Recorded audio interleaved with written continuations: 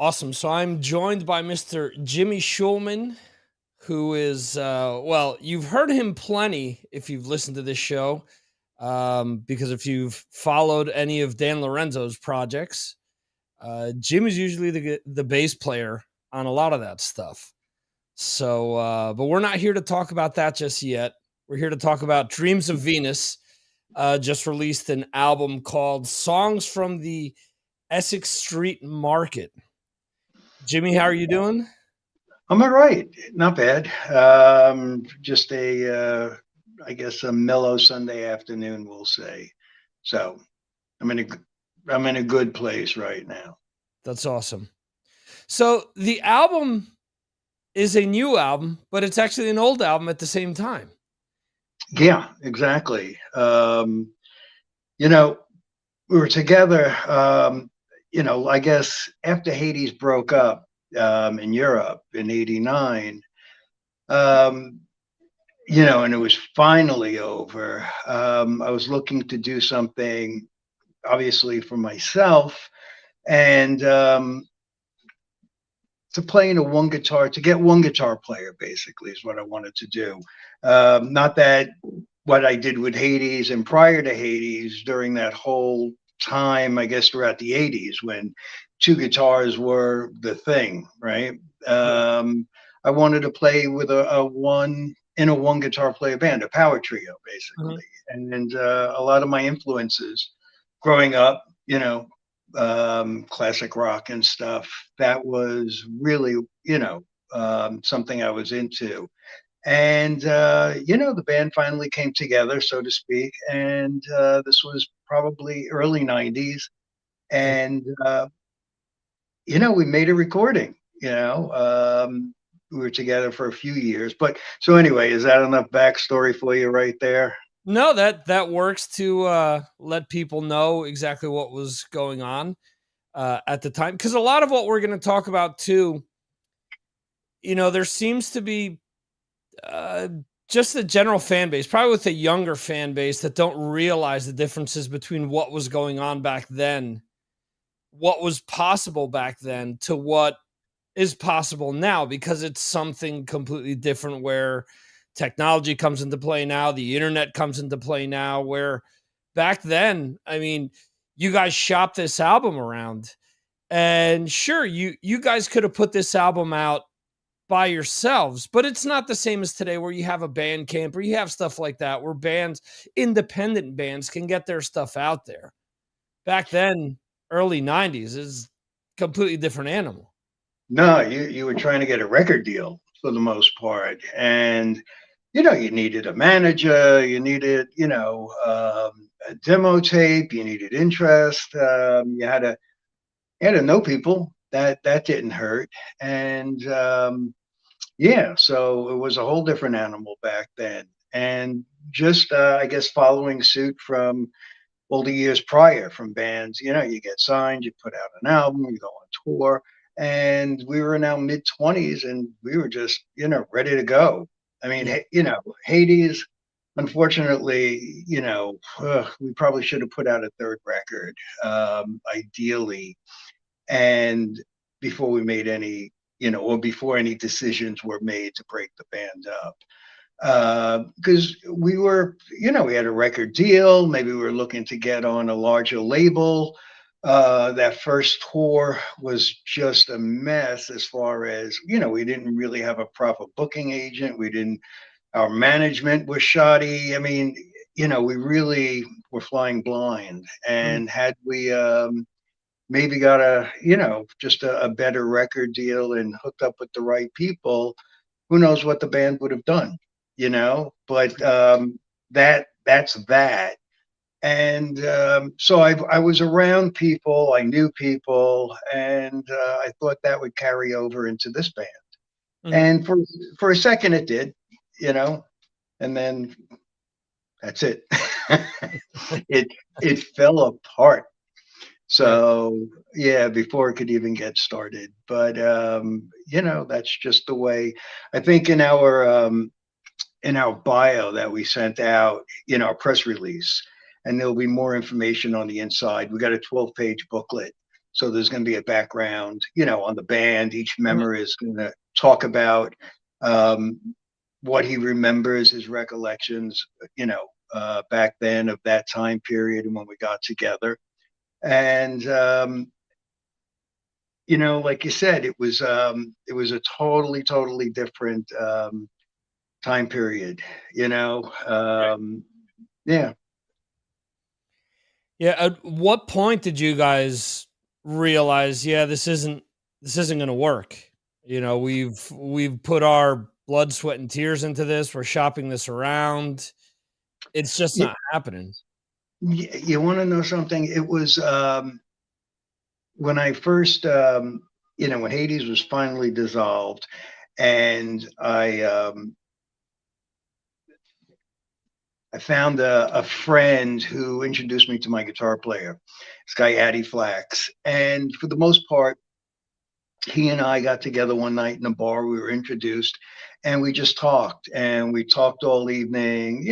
We partook in whatever we were partaking in at the time. It was the early '90s, so we had similar, influences that we shared, from bands to substances. We'll say, all right, just throw Right. that out there. And we were like, wow, we were aligned. And I was like, wow, I finally found, a guy that gets me, I get him. And it was I guess it was really easy, but it was just through a friend. It was hey, this guy's looking, da da da. And from there somehow the drummer came into play. And things were easy in the beginning, actually. The drummer had worked at it was a rehearsal studio, and we would sneak in at night at about 11 o'clock when the studio closed. So for the next couple of years, we just had a rehearsal space, top-notch rehearsal studio, great equipment, Right. and we'd sneak in like around midnight or whatever and play till like 5 in the morning. And when you don't have to pay for space, you could just go in there and you could jam. I got an idea, and we really took advantage of that. And somewhere within that first year, a sound developed. We knew we were onto something, and we just wanted to, see it. We wanted to. How do we even say this? The band was coming together. Yeah. We had a sound.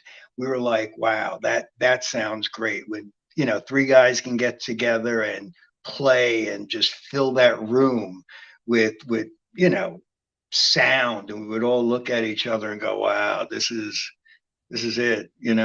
We're having fun, and so in the beginning, it's always great in the beginning, I guess, right? With something. Yeah. But we set out to do something. We weren't following any trends. And like I said, we were big fans of power trios, classic rock stuff. And I always liked the idea of a guitar player singer. You know, Hate to say this, guys, as far as the singing goes out there, but a guy who plays guitar and sings doesn't step on all the music. You know, he finds his holes, he finds his spots, and lets the music breathe. And I've always, I mean, that's exactly what we got going on over here. And like I said, things started falling into place. Everybody was an integral part of the group, as far as arrangements go, harmonies, and just ideas. We would sit there. It was big. We were big on, songs, we'll say. Right. You know, um, we were creating songs, and we were I thought we were really good musicians, so the musicianship was there. And now we wanted to actually, yeah, we wanted to make something that we would enjoy for ourselves. Every band says that, I'm sure, right? Right. You Yeah, yeah, just yeah. and we did it, and it was great.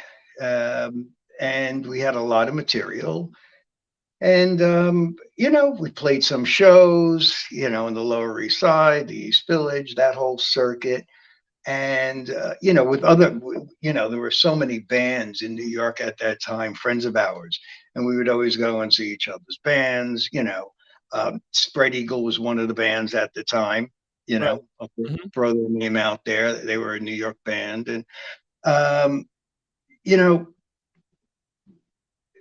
yeah, we were just trying to make it work, get some interest. We had a demo tape, and gave it to a friend of mine who worked for a management company. We'll say he was managing a few bands at that time. I mean, should I drop names or no? That's up to you.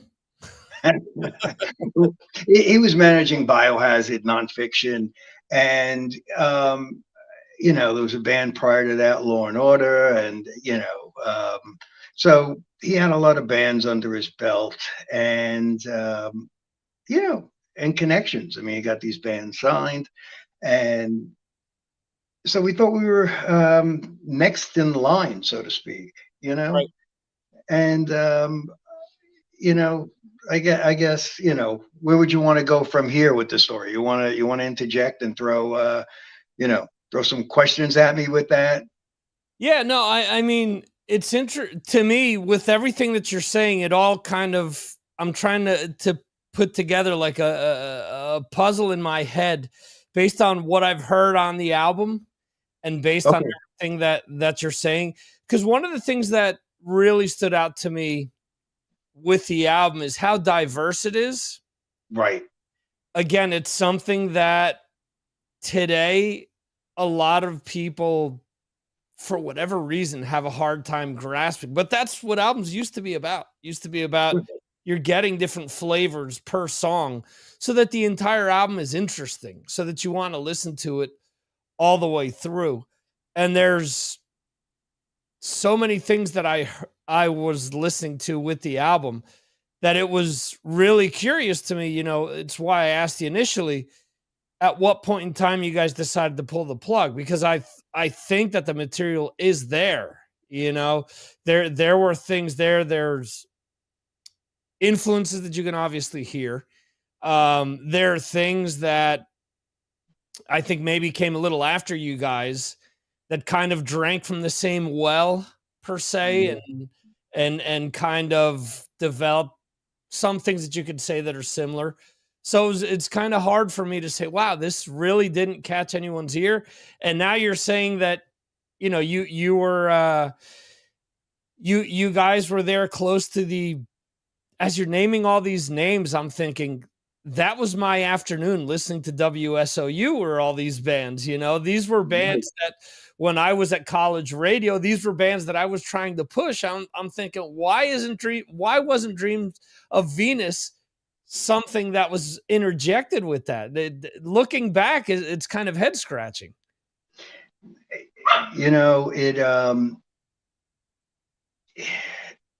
It's yeah, it was it's beyond comprehension. I mean, the guys, when we got the tapes back and we listened to this, we were like, wow, this is like timeless stuff. This stuff still sounds great today, 30 years later. The production value, and just the songs, the way we crafted the songs. I'm not going to say, we went in, we jammed, and we wrote a song. I was never shocked. I hadn't heard it in so long, but I knew what we did. I have, vague memories, and then I have, memories I'll never forget. And it was a project, and uh, that was so important to me. I had come from a band, with Dan Lorenzo, and main writer, him and Alan Tecchio. And I was able to squeeze out a song or two, on each of the albums that we put out, which was great. not as prolific, obviously, as the Anner album. They could just turn them out. But I've always wanted to do that, on my own. And there was a second. I don't think anyone really knows this, but I was in nonfiction for a second. Right. Yeah, and I think we even did a show. I had to remind Dan this, opening up for Alice in Chains. I made a demo tape with them, managed by the same guy who was managing Dreams of Venus. But somehow, some way, it didn't work out. So after that, like I said, I formed this band, and it was everything that I was looking for, honestly. And we were, how do I say this? We were products of our environment. Hmm. Everything that was happening on the West Coast, as far as Seattle and the whole grunge thing, I basically have always said was happening, in a certain little circle on the East Coast, right? Right. But everybody was, you know, looking West Coast and not in their own backyards. Yeah. And yet, and we weren't, I'm not gonna say we were derivative of what was going on there. We were just on the same wavelength. Hmm. Um, and it was just one of those things where I don't even know what you would call. I mean, now you could use the term stoner. We were just talking about a psychedelic hard rock band. Hmm. There were so many terms you could throw around East Coast grunge. I really, I can go on with this, with so many different names. But yeah, nobody was looking. Nobody was. It wasn't shopped as much as I thought it would be. We had, for some reason, there was. I don't know if we just fell through the cracks with the management, because he was dealing with these other groups, which Right. obviously Biohazard Nonfiction. There you go. Later, Fear Factory came into the picture with him. So Sleep. So you see the Right. names I'm throwing out at you. Yeah. So maybe he didn't push it enough. And at that point, you know, the guys in the band got discouraged. Everybody, it was almost like with Hades at a certain point, you're young enough and you're like, all right, this thing didn't work. What's next? And not so much for me, but maybe other guys were like, all right, what's happening here? This is taking too long. And yeah, we just wanted to get things rolling, wanted to put a record out, wanted to, get on a tour and, you know, live the life, right? Right. Like the other guys were doing. And, make great music in the process. Let's not forget about the music. And yeah, so I think we fell through the cracks. And what are you going to do about that? I don't think the band itself, I don't think we had what it took to maybe go seek new management. I mean, we at that time, we probably took it for granted that we knew all the right people, but I guess we didn't know how to sell ourselves. And unfortunately, yeah, things just started to self-destruct.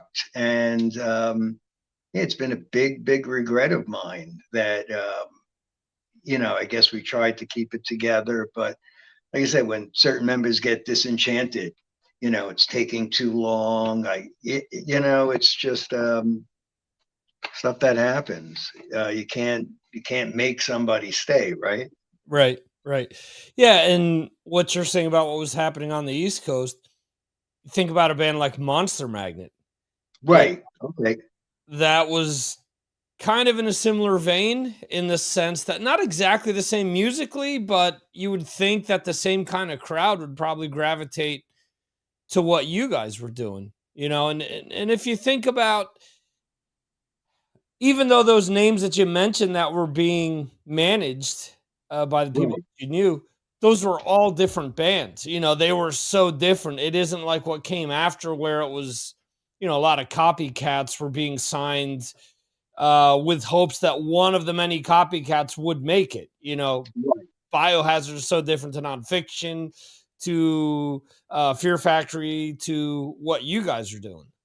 Yeah, for sure, for sure. And go figure. It's like we mentioned this, inside the album and the booklet that we had, part of the band, bio and history. It's like we sort of got shelved, like many a band that came before us. Mhm. It's just the stars weren't aligned, and next thing you know, there go your tapes, right? And we move on. And I moved on to another project that I formed. And what happens is you take a couple of songs with you, Right. and you sort of rearrange them. Now we got like new vocalists, new melodies, but you got the at least the music. And I it's really funny about this. I mean, you could take a song and give it to three different, let's say, singers, right? Right. And you're gonna have three different songs, even though they have the Yeah. same music underneath. I mean, or at least two. They're coming from, I guess, opposite approaches of what they do. But so I did that. I'm not even going to get into that. But I did start another group, which was a three-piece at first, and we got a singer. But like I said, I don't want to go into that. But it was like that. If a band can dissolve, oh God, you lay it to rest, and you move on and you try another project, and try to do the same thing now with different, different musicians, and you start putting ads in the Village Voice looking for, a drummer, looking for a singer, and that's what we did back then. And everything falls into place, and you start it up again. Mhm. I met somebody who worked in a rehearsal studio. So we had all this free rehearsal time. This is, you had to do what you had to do back then. Right. And nobody had money. We were just trying to get by.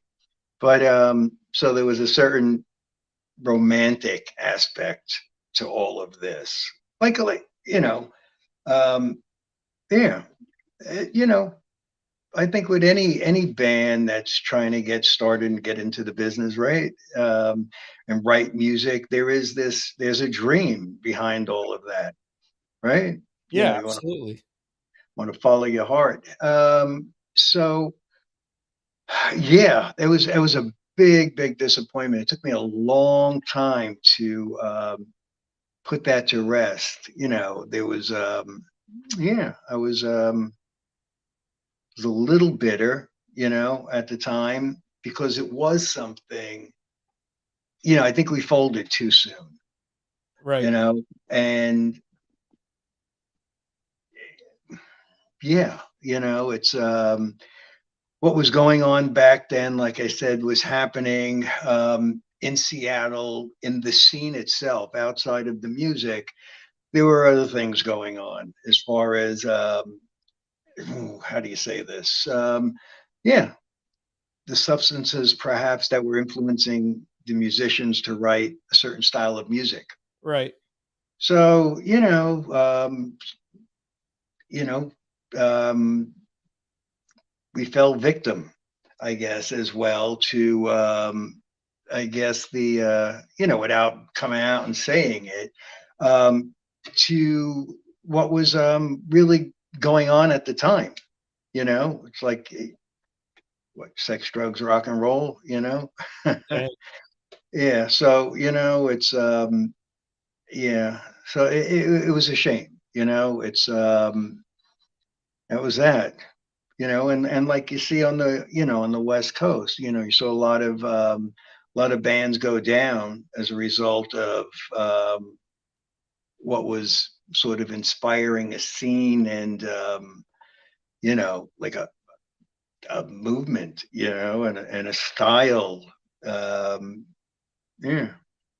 I yeah, there's always going to be casualties. And, you know, yeah, maybe we were teetering on something that we probably wouldn't be able to sustain ourselves. Let's say we got a deal, we went on the road, this and that. I'm sure many bands go through all of what I'm alluding to. And, I think a few albums could have came about and, a few tours. But like I said, I think a few guys, thought otherwise, like pulled the plug too soon on another project. And there you go. So yeah, the East Village was a great place back then, to sort of be involved in a musical situation. We were big. We were into everything. We were into you know music, art, cinema. There were so many things that influenced us, and we felt like we were in this community. I mean, it's really interesting. Like you had the hippie movement, in New York and all this, and Washington Square Park, and just there were like Haight Ashbury, all that stuff. There was something in Seattle. There was that whole grunge thing based out of Seattle. Well, with us and a good amount of people that were into the same thing we were into, the East Village seemed like that was our you know commune, this Right. utopian deal. And we all supported one another, all the bands. We were one of five bands that we were all different, but trying to do the same thing, and inspired by, our environment back then, the city. There were many squats, there were abandoned buildings. I mean, there was Thompson Square Park. I mean, people would just, it's like you could walk down the street and, you would know somebody and you'd say hello, you go hang out. It seemed like for that little period of time, everybody had long hair in the Right. neighborhood. It looked like everybody was an artist or a musician. And it was just very familiar. And it was just, you know, it was encouraging, we'll say, yeah. And it was a scene. And, like I said, all good things, I guess, do come to pass. This utopian thing. Maybe we were thinking, wow, this is going to be great. We're all going to get signed. We're all going to be friends. This is going to be a new movement, the East Village, da da da. Who knows? And no, never happened. Yeah. Um, how did you guys end up getting the tapes back? That's Dan Lorenzo again. Oh wow. Yeah, Dan has always. I've been playing. It's really funny. I've been playing with Dan now in our last two bands. Vessel of Light. And I've made two albums with them. Me and Ron, and me, Dan, and Ron again being part of Cash is King. It's Mhm. like we're the power trio, so to speak, with two different singers, and the first one with Nathan Opposition, Vessel of Light, and then with Jason McMaster for Cash is King. Right. And so I've made four albums in the last 5 years, in playing with Dan, right? Mm. So it's really funny. We took out James Venus took out some blabbermouth ads to promote, like, the album. We had this here now, so you could listen to stuff on Spotify or Pandora, whatever you do have. Mhm. And Bobby Blitz called Dan, and he was like, "Oh my God, Schulman's in a band without you." It's That's funny. yeah, he's like, really, and yeah, so yeah, so you could always, I guess, over the years, I was, you know, Dan's go-to guy, and Ron, if, as well.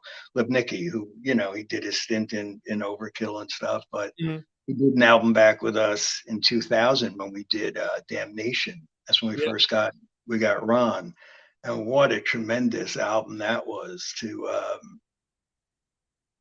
put that out all those years later. I know they had some Metal Blade stuff in the middle of all that, which I was asked to play on, but I was pursuing my other thing.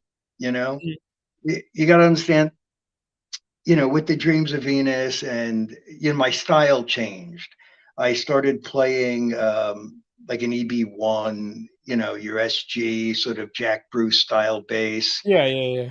with my fingers, getting this big grand funk bass sound, and geezer, whatever you want to, Oh, yeah. with 80s, I played like up here. I played with active electronics and my pick, and it was a total different style. And it was me, believe me. And Yeah, they're both me.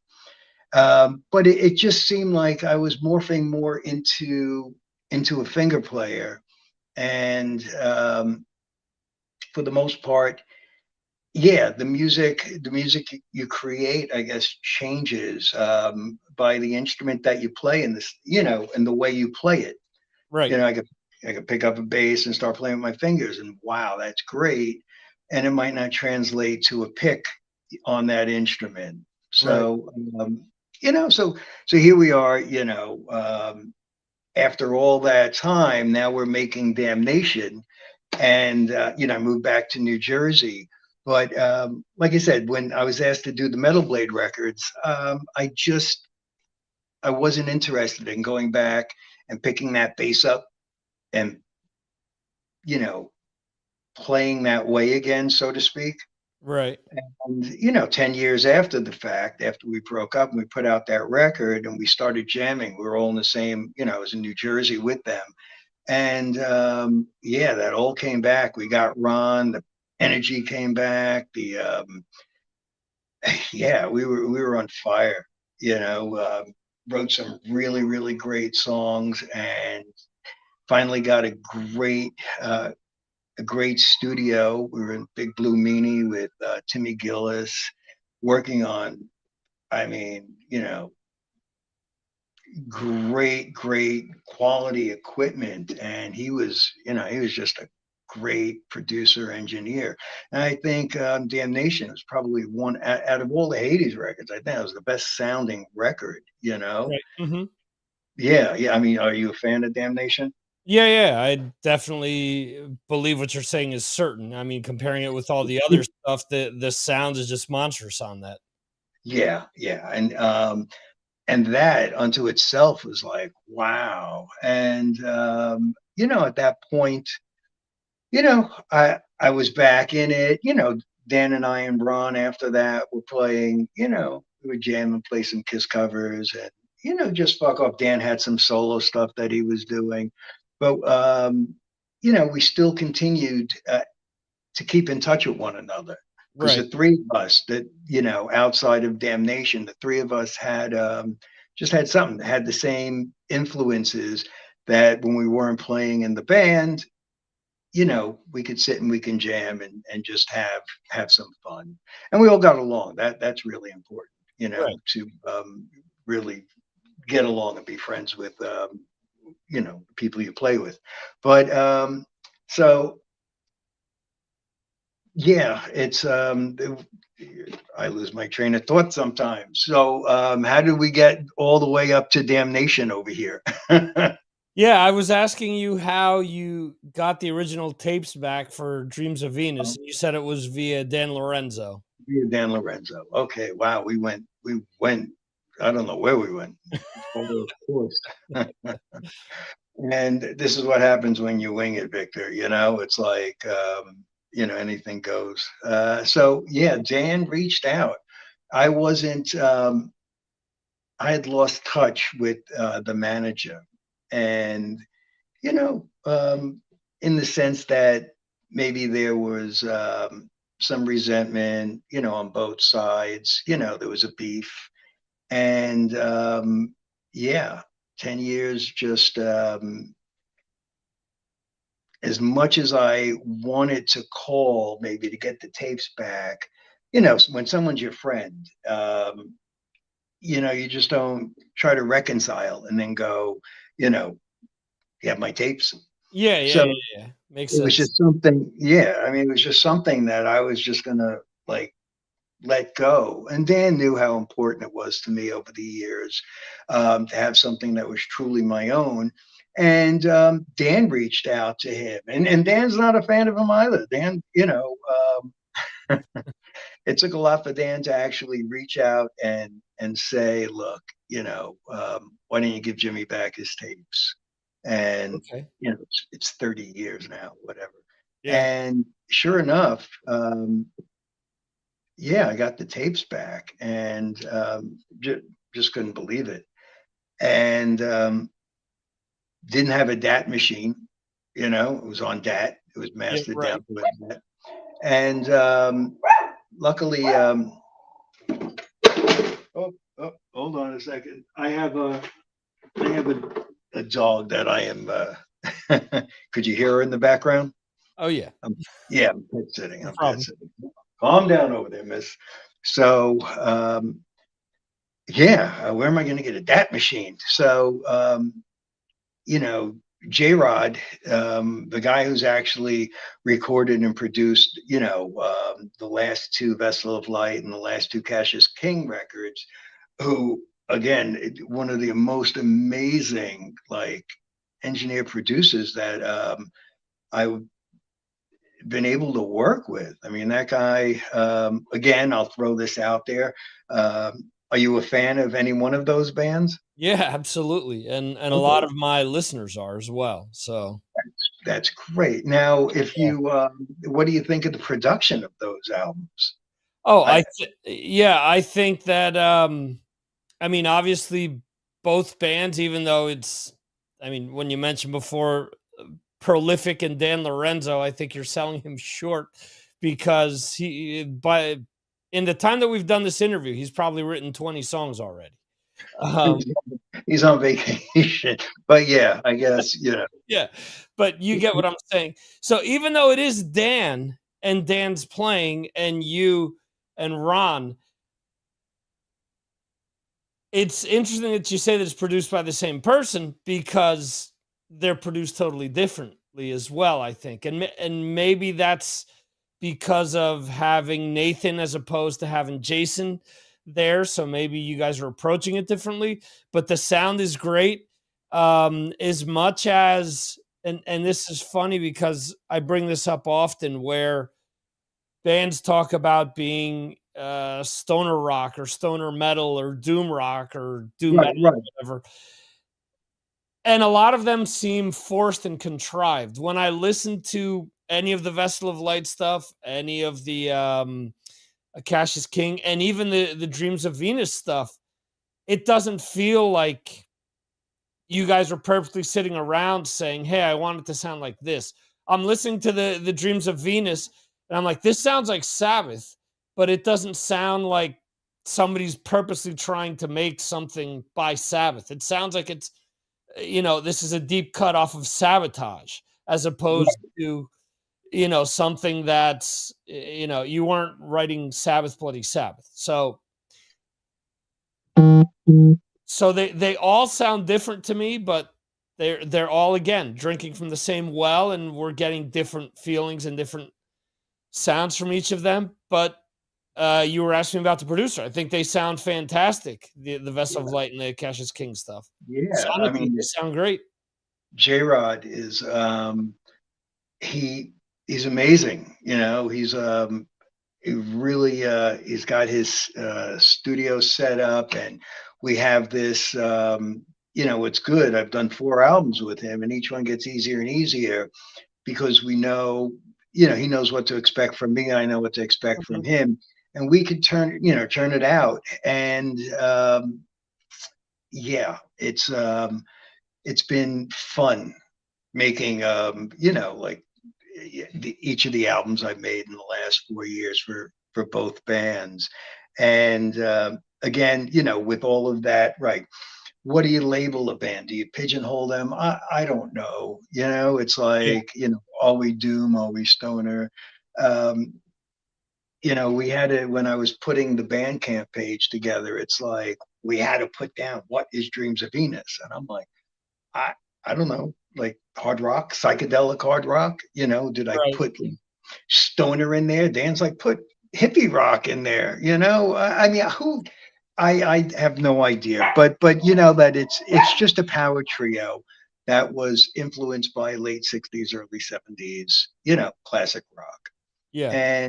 and whatever else you add to that, we had, I mean, these spot on harmonies. I mean, it's like the drummer, um, he was unbelievable. I mean, here's an album that is full with vocals and harmonies, and it's heavy yet, there's you don't expect it. I mean, did you expect that whole, you know, vocal thing happening within the songs? No, not at all. I mean, just the harmonizing between the vocals was, I thought, one of the things that really stood out to me. Like I said, there were things that sounded like deep cut Black Sabbath. There are other songs that straight away, as I start listening to them, I'm like, yeah, this song needs to be played at night, just because of the feeling of this song. This is a song that needs to be listened to, when there's no sunlight. There's just certain songs that I listen to that give me that type of feeling, and that's what I felt some of these songs were about. Yeah, it's yeah, they came from a real place, and the three of us just happened to be aligned as to, what we were. What did my drummer say? He goes, we all had this mutual respect for each other Right. musically, Mhm. and we had all the similar influences. So, I mean, basically, what I've said, we hung out together, we played together, we partied together, Mhm. and it was like a brotherhood. It was all for one for all, and it came very natural. Someone has an idea, all right, and then from there, it's been a long time, but I'm sure it's like, okay, why don't we try this? Let's do that. And these guys, yeah, they were top-notch musicians, Mhm. really. Which I didn't expect. The guitar player, the greatest thing about the guitar player is it's like we're not doing unison riffing. It's like, Right. um, he's he's doing his own thing. Like I'm holding it down with the riffs, let's say, and you know, what did my guitar player? He goes, "We had a secret weapon." This is what he said.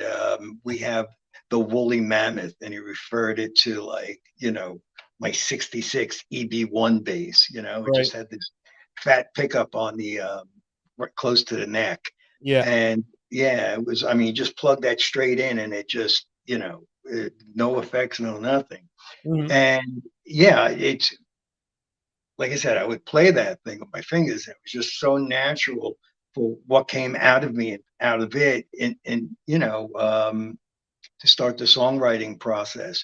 But yeah, we hardly played the same things. You know Mhm. what I'm saying? He could Right. sit there and play this phasey chord, and then there's a bass.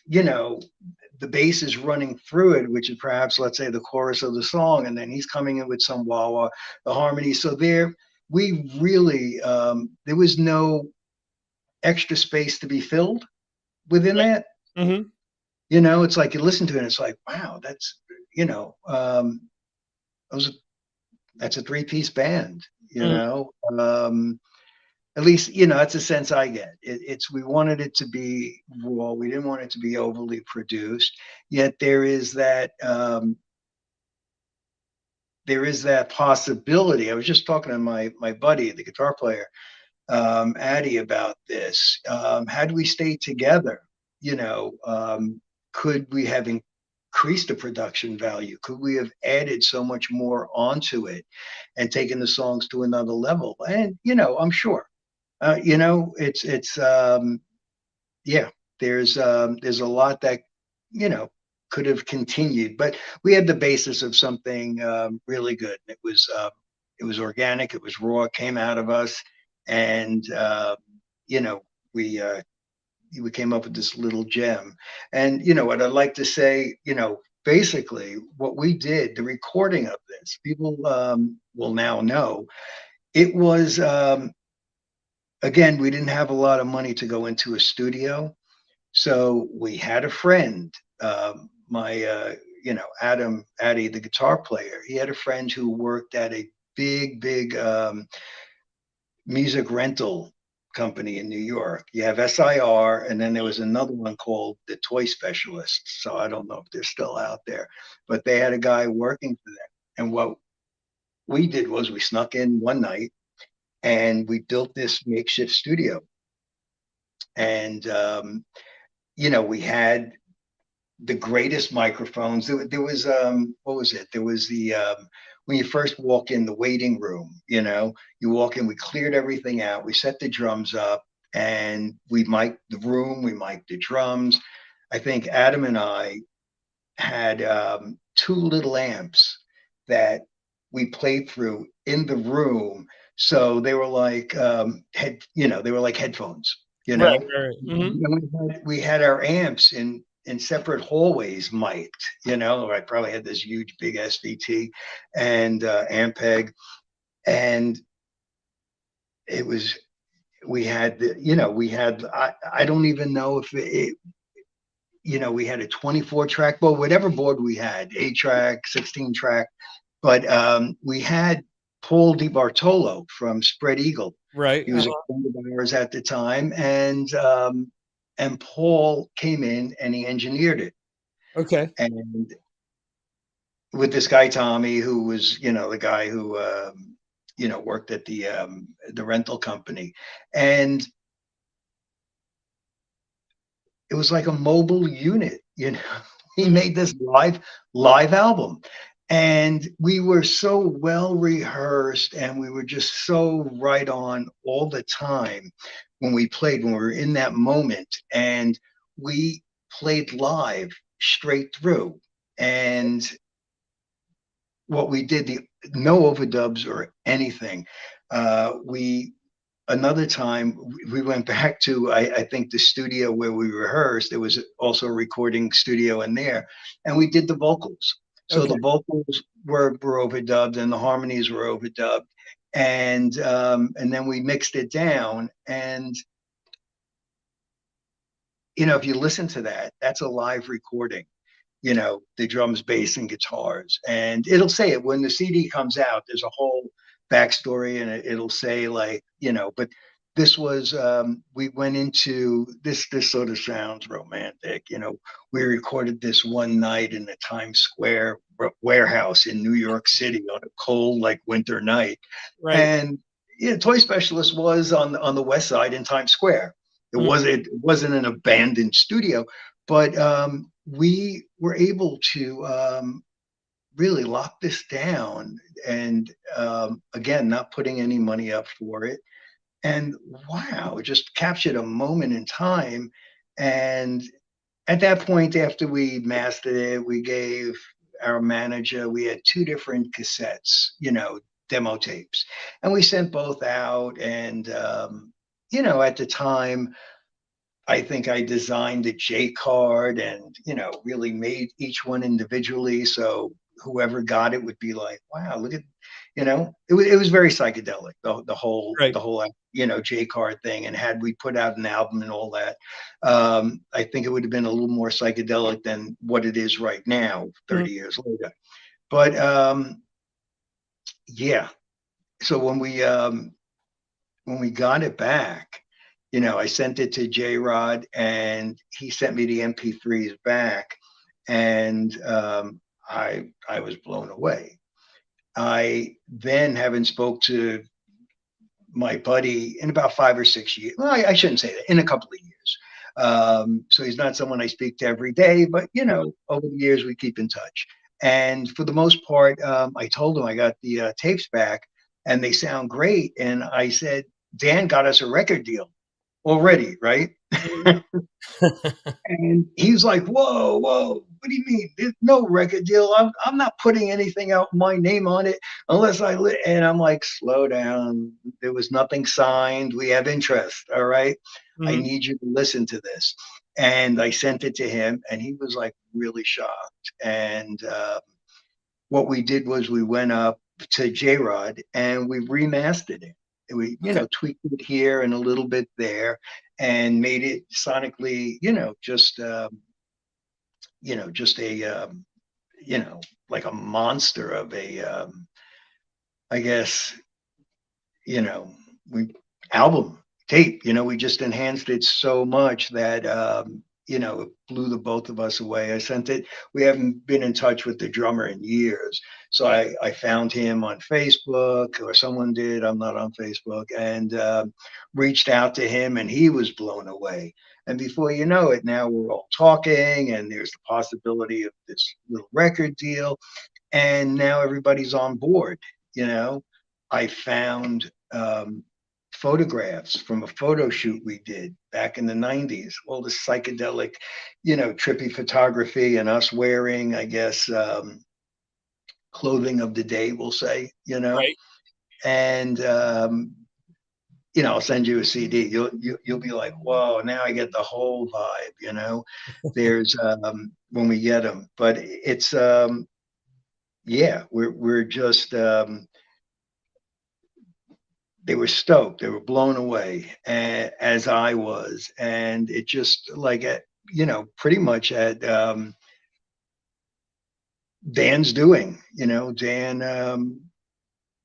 Yeah, it all. I was speaking to, like I said, Addie a little earlier, and he was like, "It wasn't for Dan, and now obviously him, with the connections he has and promoting everything, and we got hooked up with one of the labels that put out Cash is King.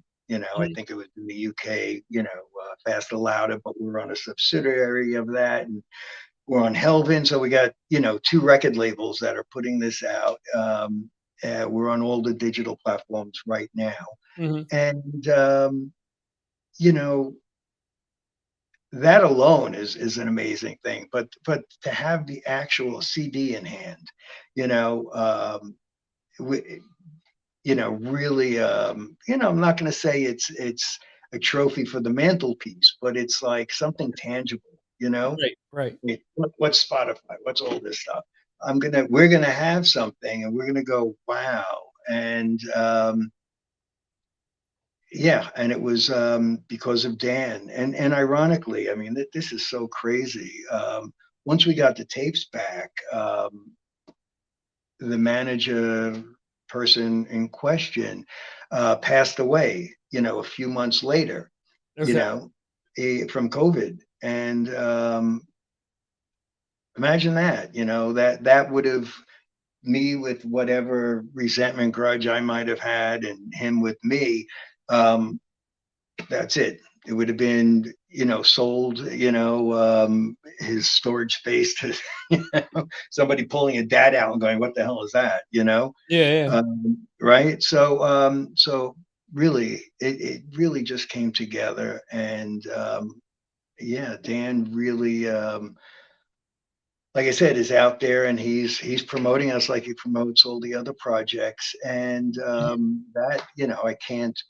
What do you do, for someone who did that for you? It's like we're friends. Yeah, labor of love for him. You Yeah. know. He's how I found out about it. So Yeah, and it's great. I mean, I'm glad. Tell me, I mean, like you said, it's varied.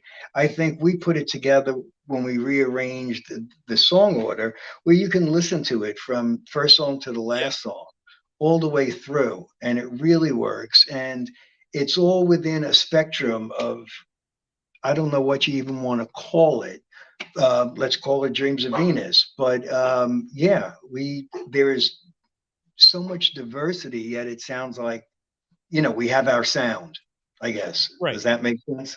Yeah, absolutely. Like I said, listening to it, it sounds different, but it sounds the same at the same time. It's something where you're not jumping from one extreme genre to another. Everything is more or less within, it's all rock-based music. It's Right. all, there's different flavors of things that are going on where it fits into all the different styles and things that you've discussed. That's why a lot of the stuff is, unfortunately, you have to put labels on it because of what marketers want or what labels want.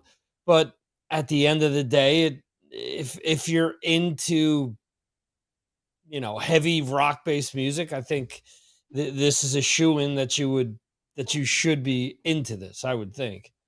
Yeah, I agree. It's yeah, I mean the songs held up. Dan as well. Dan was like, it's hard to I'm not gonna say it's hard to get a compliment out of Dan. But he was like, wow, it's really held up and it's really, really good stuff. And congratulations. And I'm like, yeah, and is this a bucket list thing, now that I could scratch off my list? Yeah, it came at a good time. I think now we've all grown and it's 30 years later and we can look back at this period of time with with all the bad and the good. This was something good that came out of that time period. There were just I'll leave it at yeah, there were a lot of casualties, as a result of the the environment that we hung out in, the scene, so to speak. And yeah, it was I guess my buddy Addy said it was nothing but a distant memory for him. He had Mhm. almost forgotten about it. And for myself, never did. But you know, yeah, it's totally a bucket list thing that I can cross off. It we it's so funny. It's like I finally now, 30 years later, have the resources that hopefully were, that I had back then that were squandered, to put this out now. I had a friend who she's a graphic designer and she designed back in the day a lot of work for Def Jam and just a lot of other Right. groups. And Mhm. now she's in a different business, but she and I sat together and I got these pictures and I had my ideas. And the next thing I know, I'm looking through some photography and there's this German photographer. I love his photography. And I reached out to him and told him my idea for the album cover. And he said, use it. So Mhm. that everything was done, really no crazy costs. Right. Maybe some for radio, some for advertising, this and that. My friend who did the graphic design, she and I spent months really nailing this and trying to get it perfect. And that's how she works. And I'm just proud of the work she did and time and effort she put into it, and as well as myself. And it's just a labor of love for her as well. So I think if this happened 10 years ago, I wouldn't have the yeah, it probably wouldn't have um, what would have happened? I don't know. I don't know where we were 10 years ago. Right. Now just behind like the last 5 or 6 albums that he's made and that I've made. Um, yeah, and the people, that he knows. I mean, we got, I'm in touch with a few people in Germany, some of the, Rock Hard magazine and all this stuff. And once the CDs come out, we've already what you will call it, gave it out to some other people to review and so on and so forth. And I guess in the next coming weeks, we're going to see what people have to say about it, and that's exciting. I'm so happy that we're that you enjoyed it, that you like it, and you had all these wonderful things to say about it. Cool. Yeah, and I mean, I'm not bullshitting you at all when I'm saying that. I mean, I truly feel that stuff. So, That's um, Yeah. Good. That it's great. It's great. I'm, you know, people are like, what are you going to do? Is the band going to play? The band going to get back together? Now we're a bunch of old geezers. Would Dreams of Venus do something else? Who knows? I mean, the way we're working with Jason and with Nathan, everybody's just sending their files into the producer, and Mhm. we're sort of making an album, bit by bit. Can that be done, you know, with a band like this? And um, would we pick up where we left off? Probably not. It's not likely. So but for what it was, for what that is, I'm very proud of it. And yeah, dream come true. Okay. Where should people go to pick the album up? You said it's on the streaming platforms, but the CD is going to come out shortly. Where should they go? Is Bandcamp the best place, or is there someplace else you prefer for them to go? They can go to Bandcamp, CD Baby. I guess Amazon. We're gonna right now. The guys are they're two European labels. Mhm. So right now, they have them. I guess they would, if you really want to contact the record company, you would have to. It would be an import, so you'd have to, Okay. pay for that. But yeah, it would be available. I'm sure Bandcamp. We're on Bandcamp and CD Baby, and the rest. It's if you have iTunes, Apple. We're on Pandora, Spotify. I don't want to say we're on YouTube. But so whatever. You could we have a video out, so you could just it's the single from, it's the first song on the album, Cause of Death. I don't know, did you see the video? I believe I saw it when Dan sent me the email because I think Right, there's a link to that.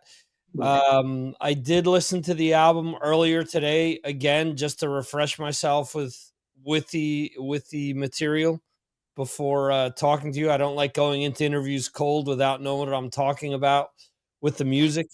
Um, I so did the same thing. I had to listen to it, you know, to basically refresh my memory about it. No, I right. mean, I threw it on, and it's yeah.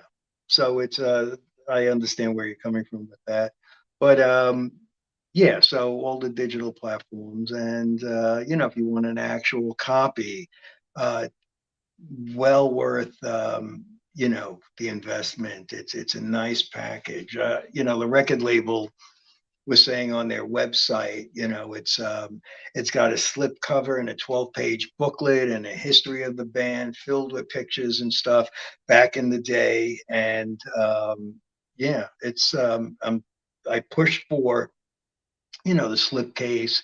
Um, yeah, the design is just there's um, something esoteric really about the cover Mhm. and the songs, from the Essex Street Market, how that happened. Adam and I were talking about what are we going to name the album? We're going to name it after a song on the album. Well, I mean, we're not in the same headspace we were back then. What are we going to name it? And the Essex Street Market was a place back on the Lower East Side years ago that pretty much there was just a lot of abandoned buildings in the area. It was a really bad area actually. And years prior to that, there was a market. You go there, buy fish, you could buy meat and Yeah. stuff. And it had just fallen in disrepair. And if you look at the album cover, it looks like this woman is walking into, an abandoned building, Right. for the most part. And, we're trying to allude that it is the market. And, you know, like I said, the market was a place where I guess we would not hang out. You know, we would go there for certain things, maybe hang out in the neighborhood and then go to some bars. But there is an actual Essex street market, and the thing is, oh, how shall I say this? Fish and meat were not, what they were selling. Right. So, so there you go. And it just came out of him, and I'm like, that's it. And yeah, yeah. There's a whole, like I said, the imagery of the band. I don't know. I mean, how long are we going over here? What's are we over time? No, no, no. There's no cutoff time at all. There's no hook. You can go for as long as you want. All right, there we go. There's an element to we were a psychedelic based group, and back in the 60s, a lot of the psychedelic imagery, with bands was Art Nouveau, right? So you usually see like, this muka based turn of the century Art Nouveau art where a woman might be, naked in a field of flowers, flora and fauna, Yeah. and just lots of flowing hair and all that stuff. And that imagery always, I always was drawn towards that. And so back then, I took an image like that for our J card that we were passing uh, what you call the demo tape around. And I just took the image and, I sort of watercolored everything. Each one, I must have, I sit there at night and, so it was like when a record company guy got it, he was like, oh, wow, look at this, Mhm. nice image, all watercolored and, it was a little piece of art and very colorful. And that's where we were going. But, like I said, the project fell apart and didn't go anywhere. So now here I am, 30 years later, and I'm like, how do I was thinking about this. I was looking at some black and white photos from this German photographer. And it was just about, he had some models in abandoned buildings.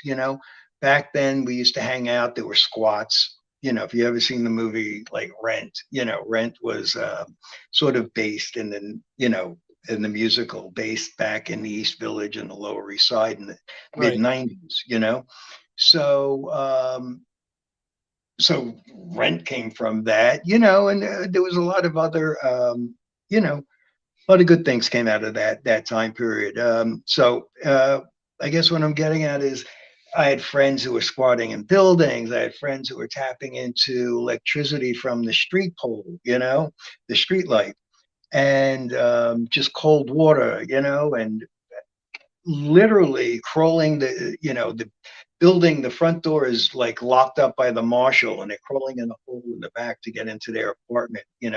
I wasn't living like that, but there were that was sort of the vibe back then. So now here I'm looking, at this woman who basically walking amongst rubble and the building, just falling apart, and this guy's taking pictures of her, and I'm like, wow, this could be like a modern day version of what I envisioned back then. Right. We were hanging out in environments like that, and so maybe this is like 2020 Art Nouveau, Mhm. just flip it. And I contacted the photographer, and I threw him this pitch, and he was like, "Wow, that's great." I go, "What do you want?" He goes, "Just send me a CD," and he sent me like 26 pictures to choose from, and we wound up using two. There's one on the inside as well, but yeah, that picture just it struck a chord. I mean, I was going to buy it for myself, contact him, and it turned into the album cover. And then from there, the juices started flowing, like what we are going to do, how we're going to put this together. But yeah, it was just a modern day version of you know what I was going to do back then. And I think you know I think personally for what I was trying to do, you know, I hit the mark. I mean, what do you think about you know what you can see of the album cover? Yeah, I mean, obviously, having you describe it as you're talking, I'm looking at the album covers to the left of me, and it makes sense. I mean, looking at it at first, I didn't understand what was going on, but now with your description, I get exactly what you're saying. From everything from what everything was like at the time to, the woman trying to go in through the window there, or in through the door.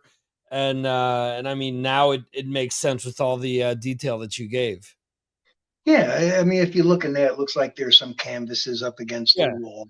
So Yep. she could be like really walking into a room where perhaps and there were back then, there were poetry readings, these slams that were done, on Avenue C and Third Street in a building that was falling apart. Mm. Maybe there was music being played, and there always was people in the park playing music.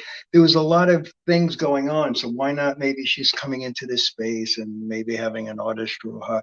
But the whole Essex Street Market idea is supposed to be something, um, you know, of a creative space, where, Right. yeah, where our songs came from, that period in time. It just sounded, like it, yeah, like it should have sounded, I guess.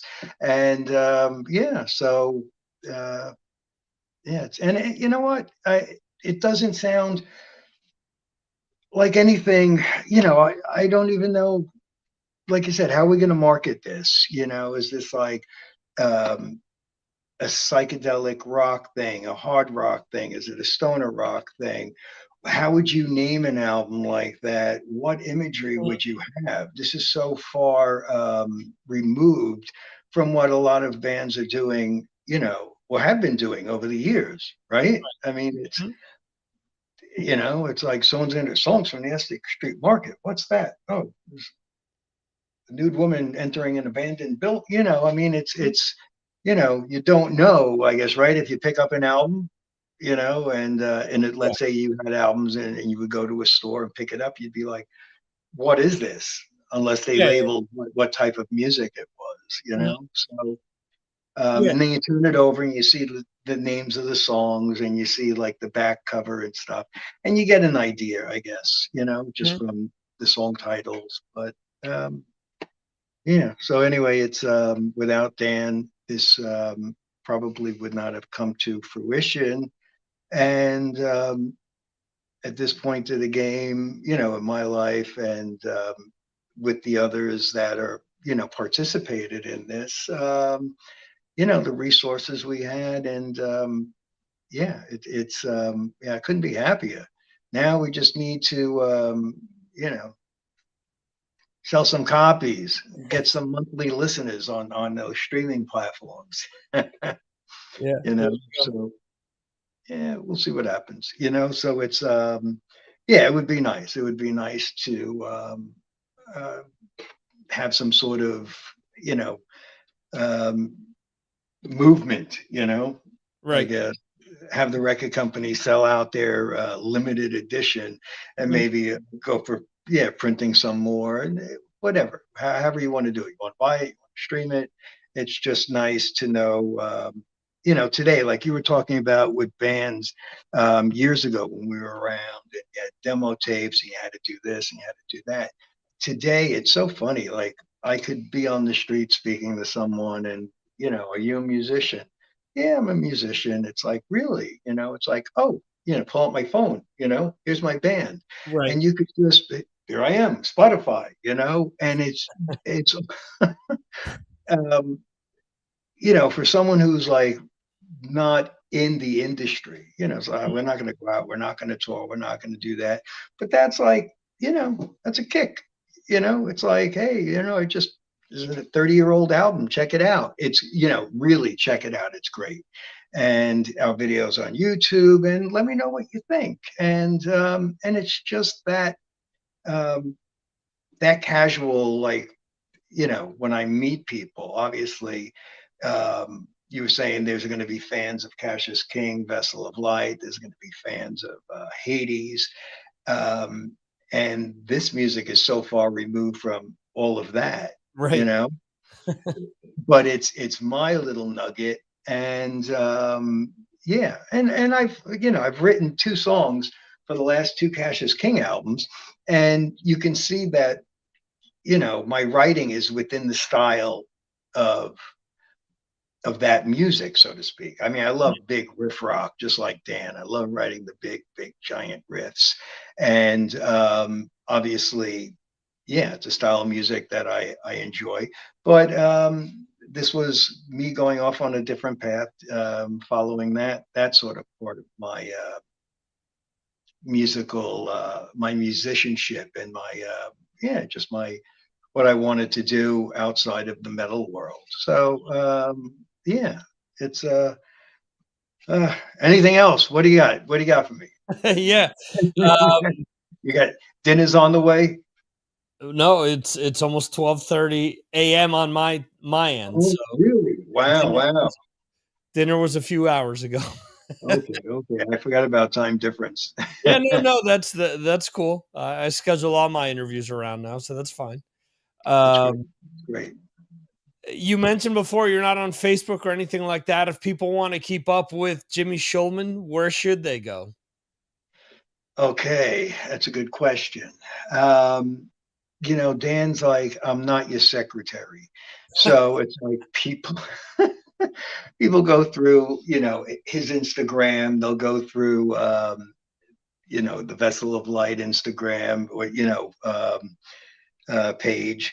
And yeah, so people are pretty much locating me through Dan, and as much as he hates it, he still forwards the information to me. So yeah, with that being said, Facebook, I abandoned that whole social media thing many, many years ago. Mhm. And I don't think Dreams of Venus is something, that I can get. We have a Bandcamp website. I don't think we can really get us an Instagram page and put something together for just, a project that, is in itself the only thing, right? I mean, it doesn't make sense. I don't have any need to be on Instagram. So I guess if anyone want to get in touch, I mean, Hades has a Facebook page. I think what else? Vessel of Light might have a Facebook page, but I would gather through Dan's, Instagram site, and Vessel of Light, I can be reached. I was just interviewed by someone who's putting a Ramones documentary together. Did you Oh, hear okay. anything? No, Did no, you no. hear anything about I that? didn't know. Wow. Just by chance, it's so crazy. Dan and I were in South Beach, and some guy came up to us with, like, a band T-shirt and a hat and long hair, and he's like, is there a show in town?" And Dan were all like, "No." So we started talking, and just about music, bands, this and that. And he said that he makes documentaries and he does other things. And he mentioned something. He said this name, Monty Melnick. And I was like, Monty Melnick? I know that name. And I go, wow, Monty Melnick, Ramones? He goes, oh, yeah, yeah. He was the manager of the Ramones. I said, I know. And he goes, I'm making a documentary. I said, wow, you know what? I was one of the final 3 bass players, Oh, when wow. they were looking for a bass player. Yeah, out of all the people, I was one of the top 3. Okay. And yeah, and he was like, all he knew of was like CJ, Yeah, yeah, right? yeah. Who Mhm. got the gig. Well, one of Dan's other friends, who's a DJ at Rat, I guess, down in New Brunswick, Mhm. Keith Right. Roth, right? Mhm. Keith was the other bass player. Okay. So So he told this guy, yeah, I'm friends with the other guy. So somehow, just for this little interaction, he's got the top three bass players who now he could add to his documentary, um, you know, this information, and it was just by happenstance. And yeah, I was interviewed probably about a month ago. So I don't know when this is coming out. He Mhm. just wanted to hear my story and what happened. And that was something else. That was like something long gone. Wow. Only a few people know. Like when Hades broke up, I came back and I tried out for a bunch of bands, and I got into a few of them. Mhm. And through this manager, he got me, the auditions. So prior to Dreams of Venus happening, I got an audition for the Ramones, and I'm like, how the fuck did that happen? Right. And it happened from this guy, right? And then, there were a few other projects that he was that I tried out for. I tried out for another band. What were they called? I forget. They were a Rick Rubin band. They were going to be on.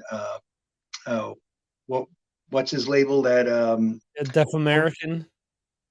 the was it that Jam. David Slayer and all that the rock Yeah, the yeah. rock. I think it was, it morphed into Deaf American later on. There Yeah, was yeah. Def Jams, and was it just American Records, maybe? Deaf American, I guess. Okay. I'm trying to, off the top of my head, I can't think of anything other than that.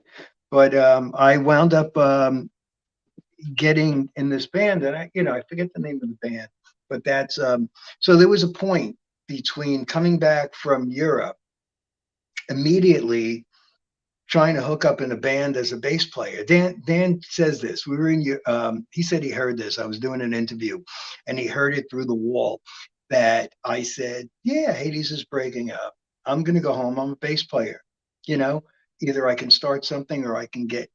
You know, I could just get into another group Right. and play." And I didn't say I feel sorry for Dan. This is what he says. I said, Dan can't play in other people's bands. Dan has to now form another band. Mhm. So that's going to take a lot of time and effort to come home and put together a new band versus stepping into a band. Mhm. And what happened was I tried to step into a few other bands. Um, Nothing, really connected. And I formed my own, which was great. But just I could have been a Ramone. Could you imagine that? Yeah, You know, that's crazy. I tell people, I said, you know what? And Jimmy, I don't have to add a Y to the end of my name. There you go. Now I might have to cut bangs, but yeah, I just couldn't believe it. And I mean, I can tell you a little bit more about it, but I don't know if you're interested in it, or you could just watch the documentary when it comes out. No, But no, it's totally, go ahead. yeah, yeah, all right. Yeah, yeah. Um,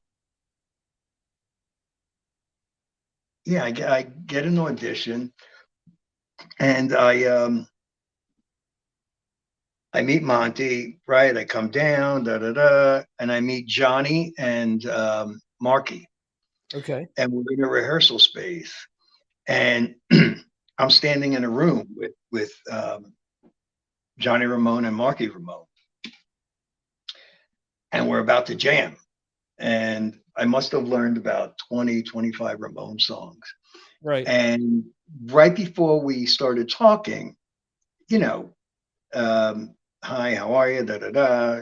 Exchange pleasantries. I said, you know, my speed metal band just broke up. Mm. We were in Europe. And the funny thing is, every show every venue we played, you played 2 weeks ahead of us. And then Soundgarden played a week ahead of us. So every place we went, it would say Ramones, but they didn't take the sign down yet. Yeah, And yeah, I would take all these pictures of me under the Ramones, in Germany and this and that. And so right off the bat, I'm like, okay, I was on tour, I was in Germany with my band who just broke up. And I was like, wow, if we hit 2 weeks earlier, we could have seen the Ramones. right. And yeah, so they were like, ah, right, that's great. And Johnny's guitar tech knew of Hades. And he goes, Okay. yeah, yeah, you were a great band. I'm like, okay, that's now they're listening. And then Marky Ramone played in a band like about 5 years earlier in New York, and they were called King Flux, and that was Okay. with Ricky Stotts. After Okay. the Plasmatics, he formed this band, King Flux, and Marky was the drummer. And I had played in a band with the guitar player who played in that band probably in the early 80s, right before Hades. I played in a band with this guy. He was Billy Hilfiger. I don't Tommy Hilfiger's brother. And he was in this band, and Billy and I were friends. And I would go see them at the Cat Club, all these places, and they Mhm. were a great group. I enjoyed them and stuff. And so I go to Marky. I said, "Yeah, I'm friends with Billy Hilfiger, right? If I never say it right." And Billy had just passed a few years earlier, right? I said I was friends with Billy, and I used to see King Flux all the time. And he's like, "Really?" I said, yeah, Billy and I had a band in the early 80s. That it was me, him, and a drummer. We never got a singer, and it fell apart. And all of a sudden, Marky's like, oh my God, Billy, So all of a sudden, it's like I got everybody's attention. And they go, what do you want to do? And I said, I don't know. Let's start a lobotomy, right? And we just go into like one song after the other. It was Mhm. like 25 songs.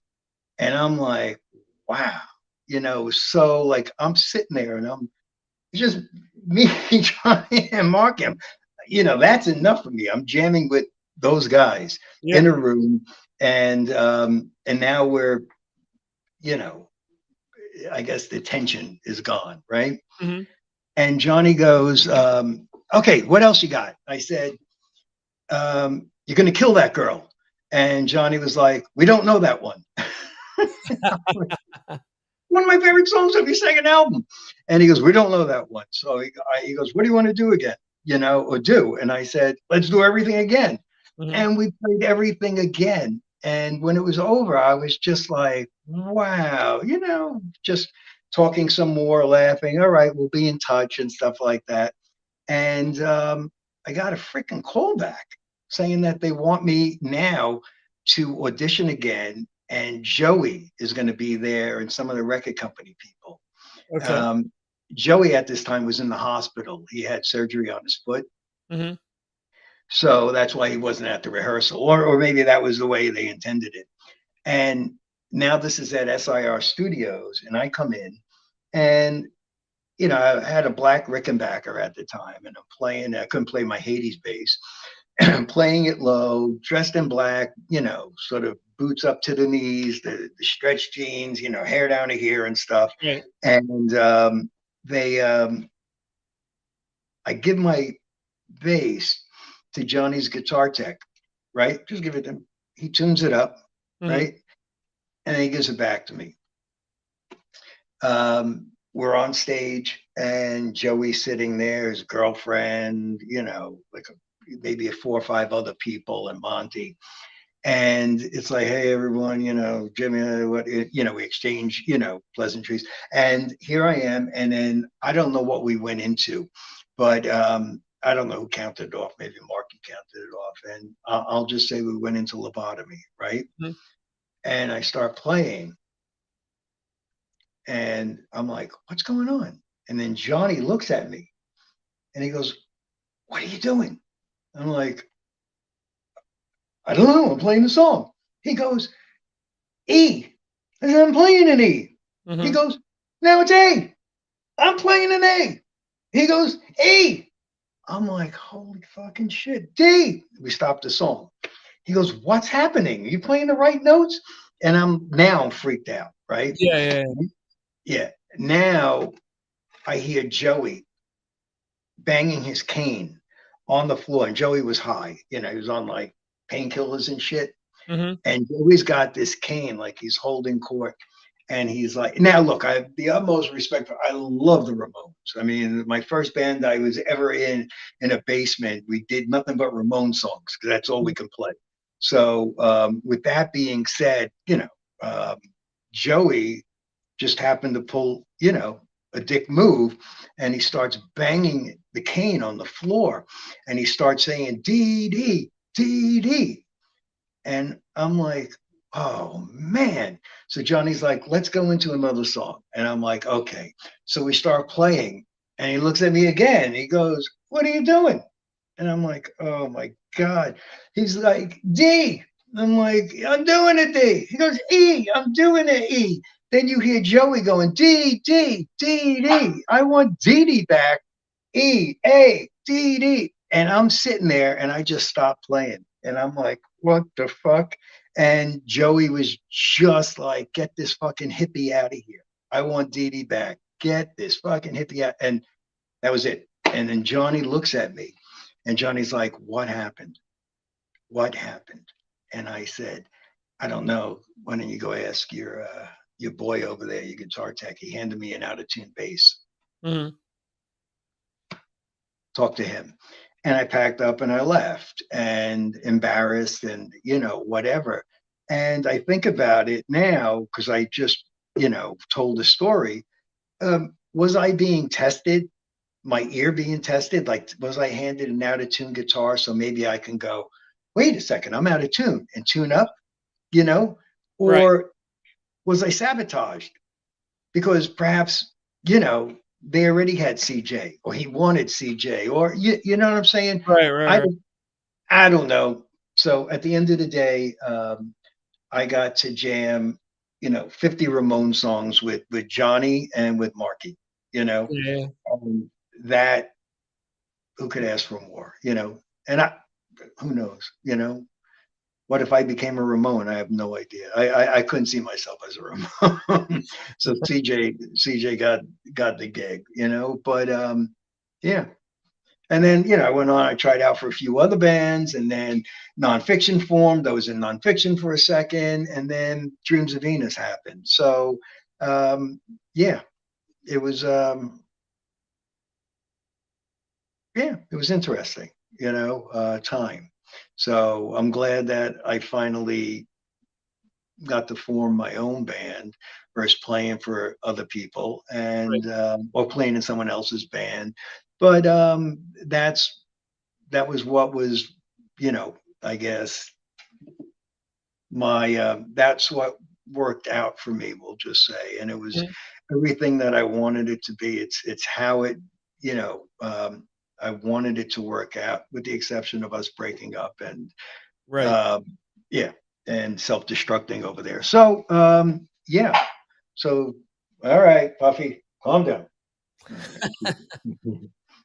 Hey everyone, this is Jimmy Schulman from Dreams of Venus, Vessel of Light, Cassius King, and Hades. Okay.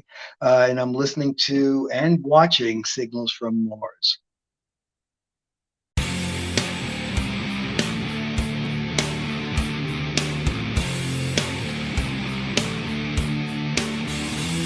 Thank you for watching the Signals from Mars live stream. You can watch the show live on YouTube, Facebook, Twitter, and Twitch, or check out replays on YouTube. Go to signalsfrommars.com for more information. This concludes our show.